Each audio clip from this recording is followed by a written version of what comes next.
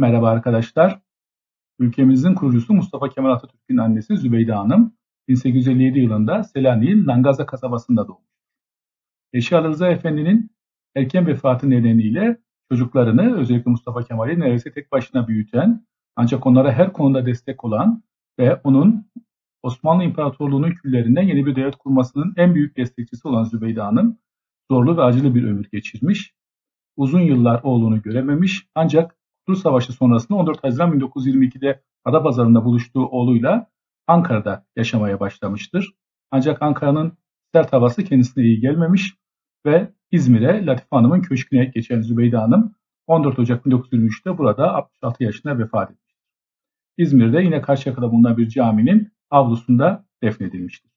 Ne yazık ki Mustafa Kemal ülkenin sorunları ve halkıyla ilgilenmesi nedeniyle annesinin vefatını bir gezi sırasında öğrenmiş ve onun cenaze törenine katılamamıştır.